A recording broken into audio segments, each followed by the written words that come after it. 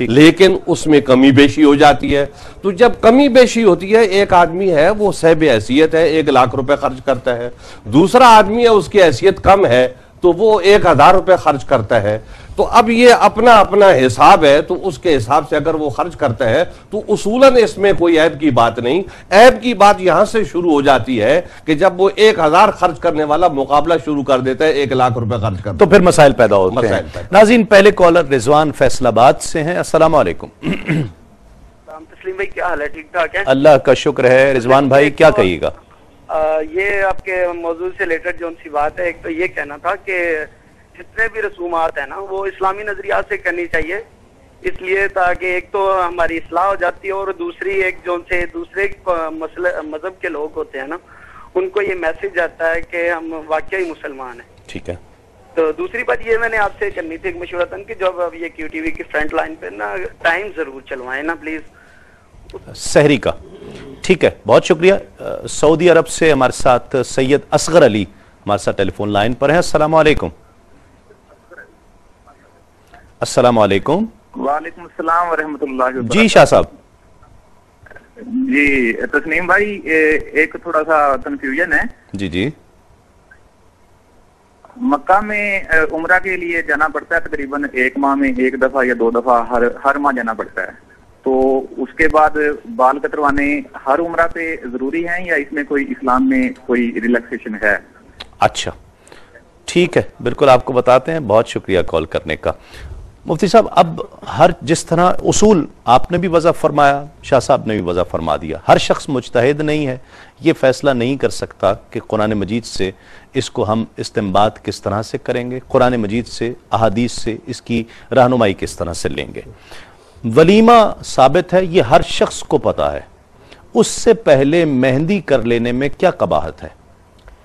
देखिए, मसला ये है कि नबी करीम सल्लल्लाहु अलैहि वसल्लम हर बुरी रस्म को मिटाने के लिए तशरीफ़ लाए थे, रस्म को मिटाने के लिए नहीं। ठीक, यानी हर रस्म को नहीं। ठीक। तो आज के दौर में भी जैसे हज़रत ने भी इरशाद फरमाया कि हर दौर में, हर ज़माने में, हर बिरादरी के हिसाब से, हर ख़ानदान, हर मुल्क के एतबार से कल्चर तब्दील होगा, तो लोग मुख्तलिफ़ तरीक़े अपनाएंगे। अब देखा यह जाएगा कि वो तरीक़ा कुरान और हदीस के किसी तरीक़े से या किसी तालीम के मुखालिफ है या नहीं। अगर मुखालिफ है तो उसका शिद्दत से रद्द किया जाएगा, अगर मुखालिफ नहीं है तो उसको कायम रखने में शरन कोई हरज नहीं है, इसलिए कि मज़हब इस्लाम हमें फ़रहत के साथ जायज़ तरीक़े से ज़िंदगी गुजारने की इजाज़त मरहमत फरमाता है, बेजा सख्ती और शिद्दत का ये कायल नहीं है। ठीक है, ठीक है ना। अब मेहंदी की रस्म है, अगर तो इसमें जायज़ तरीक़ा हो कि बच्ची को मेहंदी लगा दी, मिसाल के तौर पर लड़के को मेहंदी लगाना तो खैर मना है, कोई और ऐसी मेहंदी के नाम से लेकिन रस्म ऐसी अदा कर ली गई कि वहां पे नामहरम और एक दिन एक इवेंट रख लिया, उसका नाम कुछ भी हो, वो नाम कुछ भी हो, तो कोई हरज नहीं है। ठीक है। हाँ, उसमें कबाहत उस वक्त पैदा होगी कि जब वो ऐसा कोई तर्ज अमल इख्तियार किया जाए जो कुरान और हदीस की तालीम के खिलाफ है। जैसे बच्चियों का बेपर्दा घर से बाहर निकलना, एक मजमे कसीर बनाकर मेकअप करके बाहर निकलना, या गाने गाना इस ढोलक पर और फहश किस्म के कलिमात इस्तेमाल करना, या नामहरम लड़कियों का लड़के को मेहंदी लगाने की कोशिश करना या छेड़छाड़ करना, ये चीज़ें चूँकि शरअन ममनू हैं। ठीक। तो ये हमारे जो मुसलमानों का एक ख़ास तौर पे जहन होता है, और बाज़ बड़ी बूढ़ियाँ भी इसमें मुब्तला हो जाती हैं कि जी तो खुशी का मौका है। ठीक है। खुशी के मौके पे थोड़ा बहुत जायज़ है, चल जाता है। ठीक। हमारा मज़हब इस्लाम नाजायज़ चीज़ को बिला ज़रूरत किसी भी मकाम पर जायज़ करार नहीं देता है। ठीक। चाहे वो गमी का मामला हो, चाहे खुशी का मामला हो, तो क़ुयदात शरइया का लिहाज जरूर रखा जाए। ठीक है नाज़रीन, एक बहुत ही दिलचस्प मरहले में ये अब गुफ्तगू दाखिल हो चुकी है और मजीद इस पर गुफ्तगू होगी और बहुत दिलचस्प गुफ्तगू होगी। वारिस साहब हैं मस्कत से हमारे साथ। अस्सलाम वालेकुम। जी वारिस साहब। सर क्या हाल है सर, कैसे हैं आप? अल्लाह का शुक्र है, आपकी दुआएं। अल्हम्दुलिल्लाह। सर मैं ARYQ का बहुत बड़ा फैन हूँ। बड़ी मोहब्बत है। मुझे इनके दीनी प्रोग्राम जो है ना बहुत पसंद है। अच्छा सर अल्हम्दुलिल्लाह। और मुझे नाद खान से एक छोटी सी नाद की फरमाइश करनी है, मेहरबानी अगर पूरी हो जाए। जी जी कीजिए।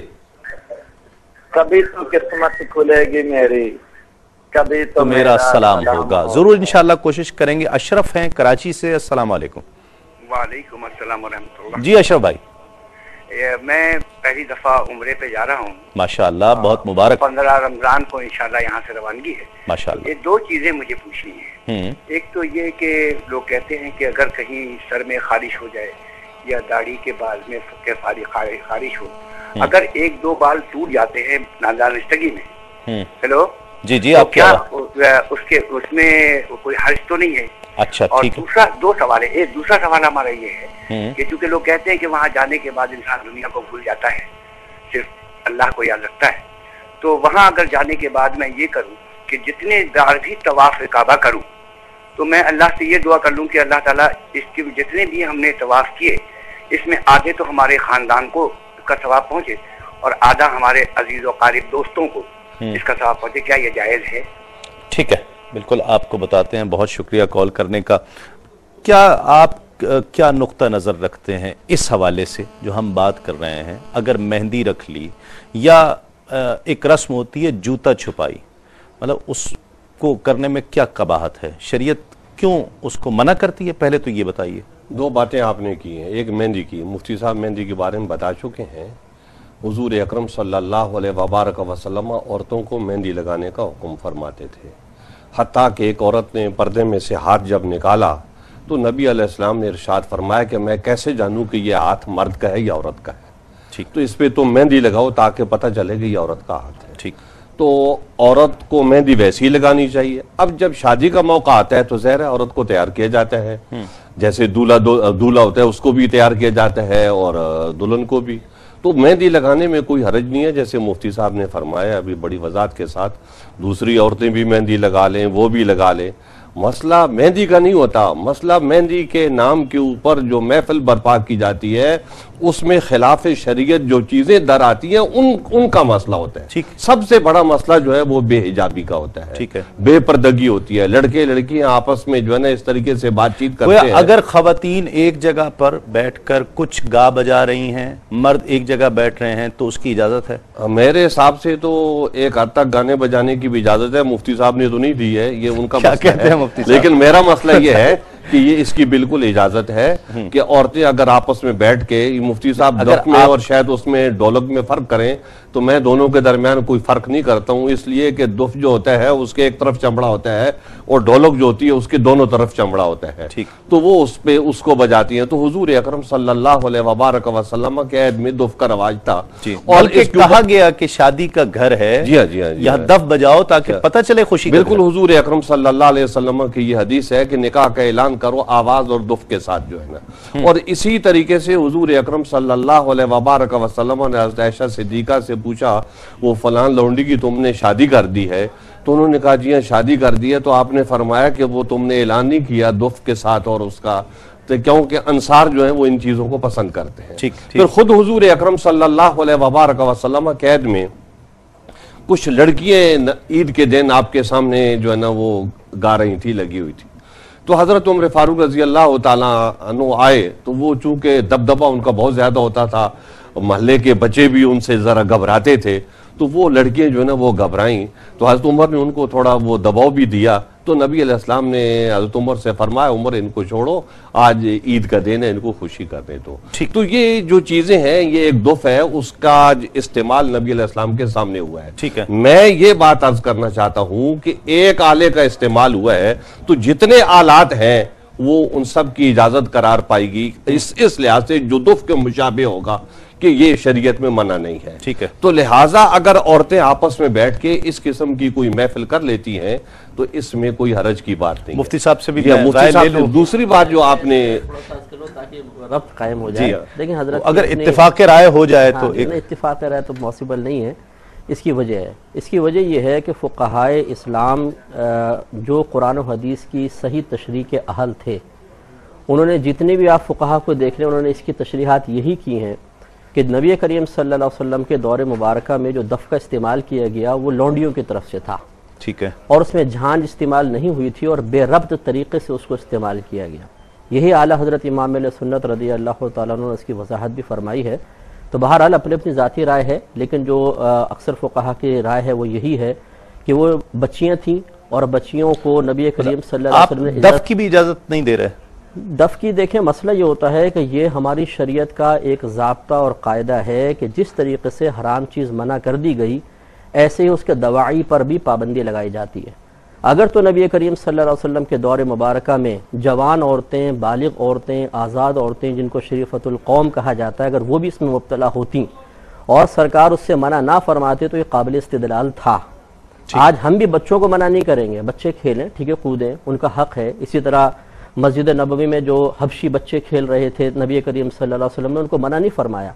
लेकिन आप ये देखेंगे कभी सहाबे कराम ने इस तरह खेल कूद किया उसको बुनियाद बनाकर, या उस ज़माने की जो शरीफुल कौम औरतें थीं, पर्दे की पाबंद या बालिग औरतें, क्या उन्होंने उसको दलील बना के इस रस्म को इख्तियार किया?